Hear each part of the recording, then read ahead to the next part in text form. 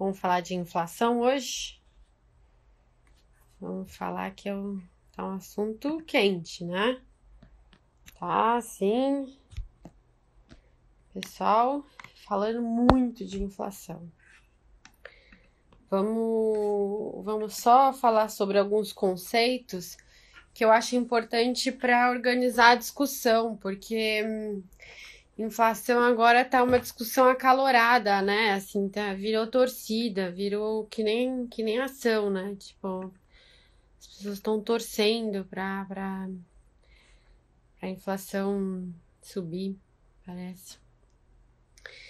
Então vamos lá. Vamos falar um pouco sobre inflação. Pessoal, é o seguinte, tá? Eu vou ver se eu lembro todos os itens que eu quero falar aqui. O que tá acontecendo, né? Hoje saiu o IPCA de agosto. Tivemos alta de 0,24%, em linha com a expectativa do mercado. E com isso, o IPCA acumulado em 12 meses tá subindo 2,44%, tá? Aí, qual que é o... Assim, você olhando o IPCA, você fala assim, foi tranquilo, né? Foi tranquilo. Se você olha os núcleos ainda estão bem tranquilos. O índice de serviços, por exemplo, teve deflação de 0,47% no mês, tá? Tava com uma inflação de 0,10%, tava com uma deflação de 0,10%, a deflação aumentou para 0,47%, tá? Então, assim, serviços no chão. E serviços subjacentes, que é tipo um núcleo, né, de serviços, dessazonalizado, 0,16, segundo os números aqui da Ibiúna, tá? Que saiu na Bloomberg. Ou seja, inflação super baixa, né? Aí você pega uns núcleos aqui, aqueles médias suavizadas, não sei o que lá, não sei o que lá, tudo em torno de 0,10, 0,15, tá? 0,15. Então, assim, o que mostra isso, né? O índice, o IPCA, tá com uma inflação bem tranquila, tá? Bem tranquila. O que não quer dizer que assim, o resultado final é bem tranquilo. Mas o que tá tendo? Tá tendo muita dispersão entre os itens. Então, por exemplo, a inflação de alimentos nesse mês subiu 0,78%. Então, uma alta enorme. No ano contra ano, tá com uma alta já de 8,83%. Então, 9%, né? Quase 10% de alta de alimentos. Que é basicamente a mesma informação que a gente tem quando a gente olha os IPAs, né? Que é o índice de preço de atacado, que entra dentro do IGP, mas eu já vou chegar lá. Então, aqui a gente vê que esse item, por exemplo, alimentação, tá subindo pra caramba. Enquanto isso, você pega itens como vestuário, com deflação ano contra ano de 2%. Transportes com deflação de 1,24%, tá? Então, assim, o que mostra isso? Que tá muito díspare, né? Assim, você tem uma dispersão grande entre os subitens do IPCA, mas o número agregado mostra uma inflação baixa. Por quê? Porque o número agregado, ele não considera que todos os pesos dos itens são iguais. Ele pondera por uma cesta de consumo que é dada pela PNAD, é uma pesquisa que eles fazem. Eles veem qual é a cesta de consumo média das pessoas de 1 a 40 salários mínimos, de regiões metropolitanas, enfim, tem uma metodologia, tá? Que é seguida pelo IBGE, e aí eles calculam esses pesos, ponderam os índices, tá? E esta ponderação da forma que está mostrando que o resultado global, né, tá dando ainda um número baixo, tá? Então você tem setores como itens, né, como alimentação subindo e itens como serviços caindo. Então você tem uma mudança, né, de padrão de consumo. Tem até uma matéria super legal hoje, acho que tá no Valor, falando sobre isso, né? Como você teve uma quebra enorme na economia por conta do coronavírus, você mudou o hábito de consumo das pessoas e o índice está mostrando exatamente isso, tá? Compensação, exatamente. Vestuário está sofrendo muito mesmo, é isso mesmo, tá, Hilner? É, você você tá tendo uma troca, né? As pessoas estão mudando os hábitos de consumo delas, então elas estão consumindo mais alimentos, porque elas estão ficando mais dentro de casa e tal, e estão consumindo menos vestuário, menos serviços, cinema esquece, passagem aérea esquece, enfim, serviço cabeleireiro, essas coisas esquece, entendeu? Então, assim, você tá tendo uma mudança. E o IPCA, ele, quando você olha a cesta de consumo média das pessoas, ele reflete mais essa cesta de consumo do que o IGP. O que está acontecendo com o IGP, né? Tem o IGP-10, IGP-M e IGP-DI. Qual é a diferença entre esses três? É só o dia que eles fazem o cálculo. Então, um faz no dia 1º, o outro faz dia 15, o outro acho que faz dia 28, sei lá. Eu não sei, na verdade, qual é os dias. O IGP-10 deve ser dia 10, né? Dia 10, dia 15, dia 30, enfim. Isso é muito da época que a gente tinha hiperinflação e tinha que ficar olhando sempre, né? Hoje em dia, pode olhar uma vez por mês. Mas como é que funciona, né, o IGP? Qual é a grande diferença do IGP para o IPCA? O IGP não tem serviços. 60% do índice é índice de preços ao atacado. Então, leva muito em consideração, por exemplo, minério de ferro, né? O índice passado, 30% da alta foi só alta do minério de ferro. Como é que a alta do minério de ferro chega no consumidor final? Não necessariamente chega, às vezes, depende, né? Depende se as empresas vão reduzir margem, enfim, depende de uma série de coisas. Então, assim, as altas para o atacado não necessariamente chegam no consumidor final. E por isso que esses índices estão tão diferentes, né? Você tem um índice. O IPA, por exemplo, não tem serviços, porque serviços é para o consumidor final, né?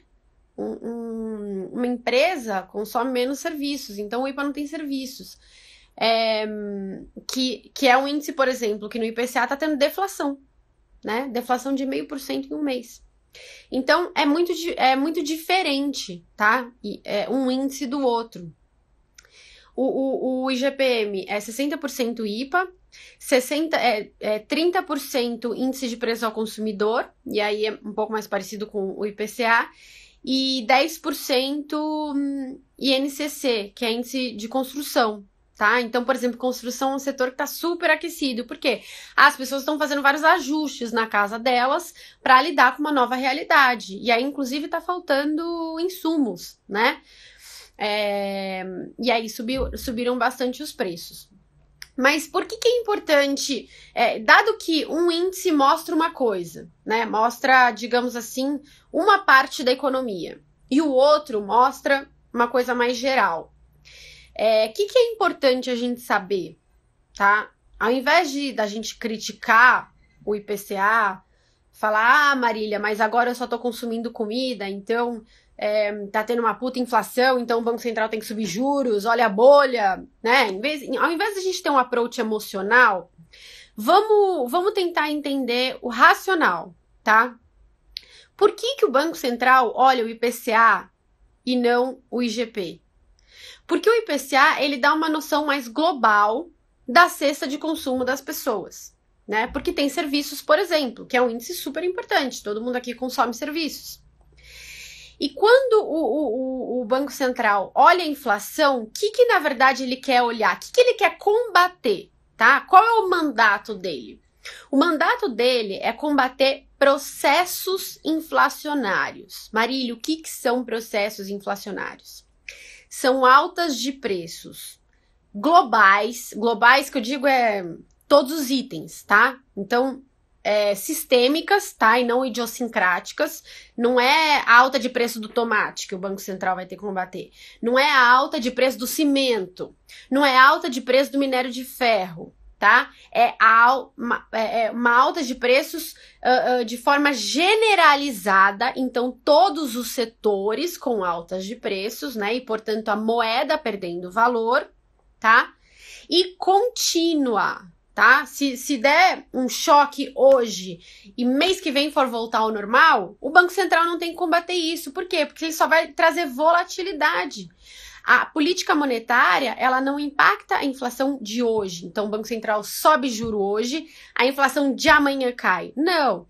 O Banco Central sobe o juro hoje, a inflação vai cair daqui a 3 trimestres. Ou seja, de nada adianta o Banco Central reagir a choques inflacionários.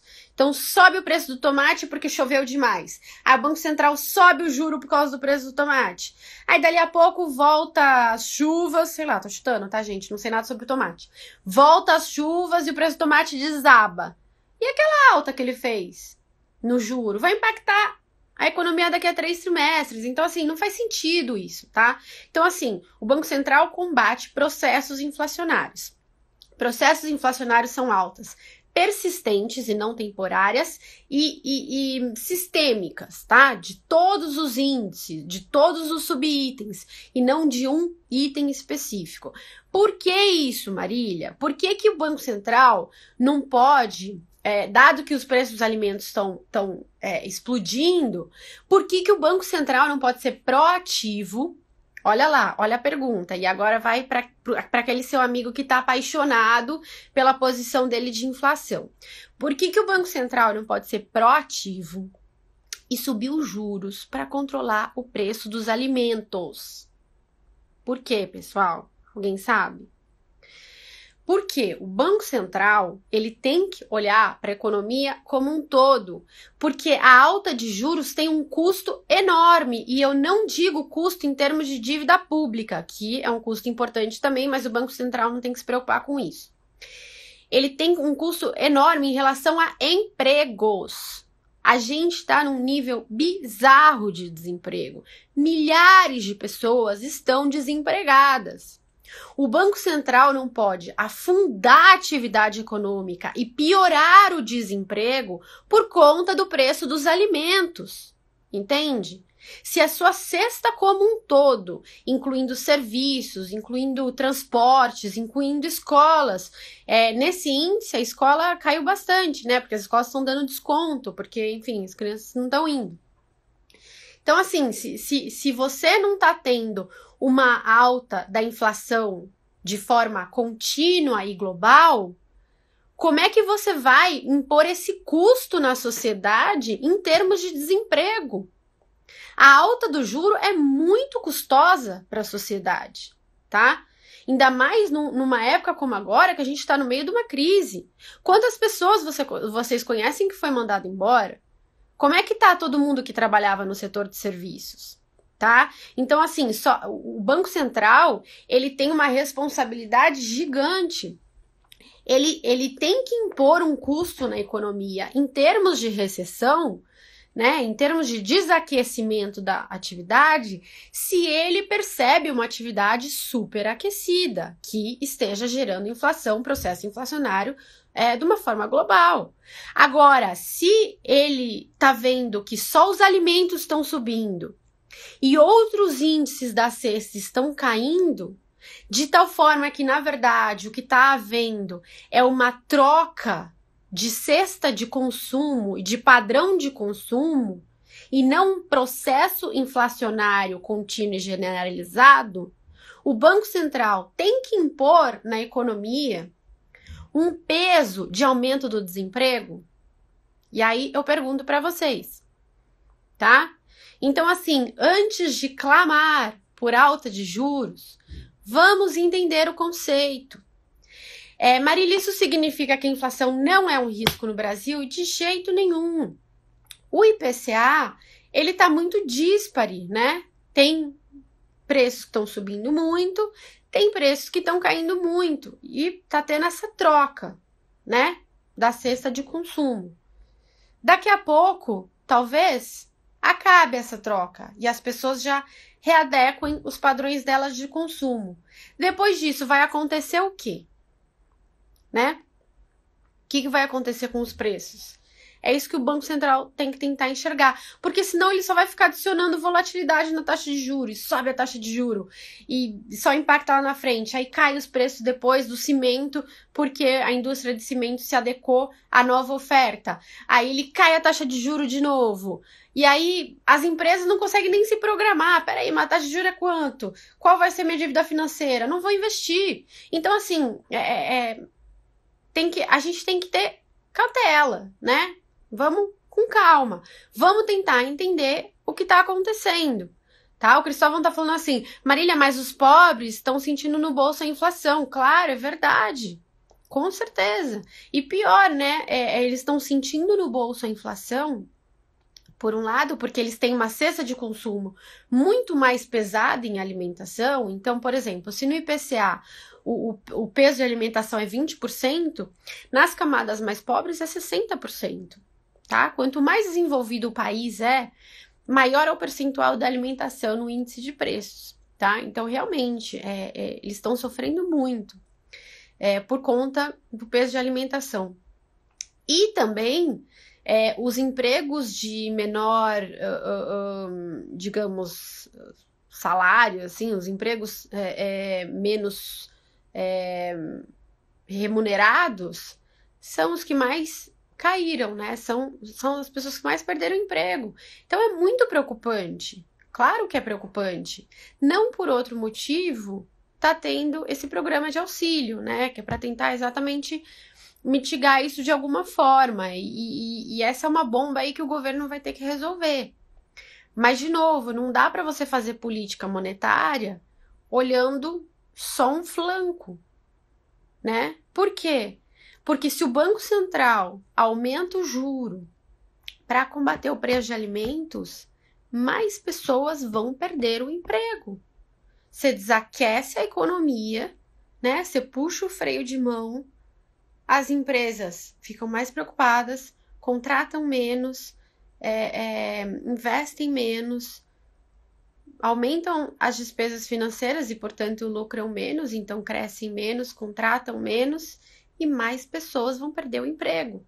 E mais pessoas vão ter problema, tá? Então, assim, tem um trade-off. É isso que eu quero falar para vocês, tá? Esse vídeo é para falar isso. Tem um trade-off. Por isso que o Banco Central não pode sair subindo juros. Ele tem que impor este custo na economia se e somente se ele percebe um processo inflacionário. Tá? O Augusto até falando assim, Bolsonaro já pediu para os supermercados abaixarem o preço. Tipo, gente, a gente continua fazendo assim, achando que esse tipo de política vai adiantar de alguma coisa, né? Não bastou todos os congelamentos que a gente teve de preço no passado. É claro que é um absurdo, né? É claro que é um absurdo e não vai fazer sentido nenhum. E óbvio que só vai causar mais aumento de preço. Mas é isso, tá, pessoal? Então, assim, resumo da ópera. O IPCA e o IGPM são índices totalmente diferentes. Por eles serem totalmente diferentes e o IGPM não levar em conta o setor de serviços, que está tendo bastante deflação, ele é um índice que está subindo muito mais mesmo, tá? Isso quer dizer que ele vai contaminar o IPCA? Não necessariamente, porque o setor de serviços está contrabalanceando, mas pode ser, né? Se o setor de serviços parar de cair e o resto, né, os preços no atacado, por exemplo, continuarem subindo, daqui a pouco o IPCA vai subir. Mas pode acontecer o contrário também, os serviços continuarem caindo por conta da crise e o IPA, assim como, sei lá, outros itens, cimentos, enfim, voltarem ao normal por conta de uma demanda que já se estabeleceu, tá? Já se acomodou. Então, assim, necessariamente não tem que... Não é necessariamente o IPCA que faz o catch-up. Pode ser que o IGPM faça o catch-up também, a gente vai ter que observar, tá? É uma situação muito inédita, né? Mas, o que quando a gente olha... Vai ficar salva, tá? Mas então, o que a gente olha? que dentro do IPCA tem índices subindo muito e índices caindo muito, ou seja, está tendo uma troca de padrão de consumo. Não está tendo um processo inflacionário generalizado, tá? E por isso o Banco Central está cauteloso em fazer política monetária restritiva, impor um custo na sociedade em termos de desemprego, para que ele combata setores específicos da economia, tá? Isso significa que não tem risco de inflação? Não. Isso significa que até agora estamos vendo uma troca. No futuro, pode ser que esses índices que estão caindo se equilibrem e os que estão subindo sigam subindo? Claro, temos que observar. Vai depender do quê? Vai depender da atividade. A atividade vai voltar? Né? O que vai acontecer agora que o auxílio emergencial vai cair de valor? Isso vai ter impacto na atividade? Isso vai ter impacto nos preços de alimentos? E depois, quando acabar o auxílio emergencial, o que vai acontecer na atividade? A atividade vai ter pegado no tranco? Ou esse auxílio emergencial, como não era esperado pelas pessoas, vai causar um sobreaquecimento? E essas perguntas que a gente vai ter que responder. Eu não sei responder isso para vocês, tá? A gente vai ter que olhar. A gente vai ter que olhar os dados e olhar como evolui o padrão de consumo das pessoas, tá bom? É isso, pessoal. Espero que eu tenha conseguido organizar um pouco as ideias para a gente ficar numa discussão saudável, tá? Para a gente entender os trade-offs que tem na economia e, portanto, os trade-offs que o Banco Central vai enfrentar. A gente vai ter reunião do Copom, a próxima, muito provavelmente ele vai tocar nesses temas, né? Olha, o risco do IGP é um risco. Ele pode colocar, por exemplo, ele pode incluir a alta dos IGPs no balanço de riscos dele, falar que o risco está assimétrico e, portanto, ele não vai mais cair a Selic. Eu acho totalmente razoável ele fazer isso. Tá bom? Então é isso, pessoal. Espero que eu tenha ajudado vocês. O vídeo vai ficar gravado. Compartilhem com os amigos de vocês que vocês acharem que faz sentido, que eles vão se interessar por esse tema, tá? Eu vi aqui que teve uma pergunta. Bom dia, o dólar alto também não influencia na inflação atual dos alimentos? Sim. O dólar alto pega muito nos IGPs, né? Porque é insumo de produtos de atacado. E no IPCA pega mais em alimentos mesmo. Então, tá tendo, né, esse pass-through, digamos assim. Tá bom? E é isso, tá, pessoal? Valeu!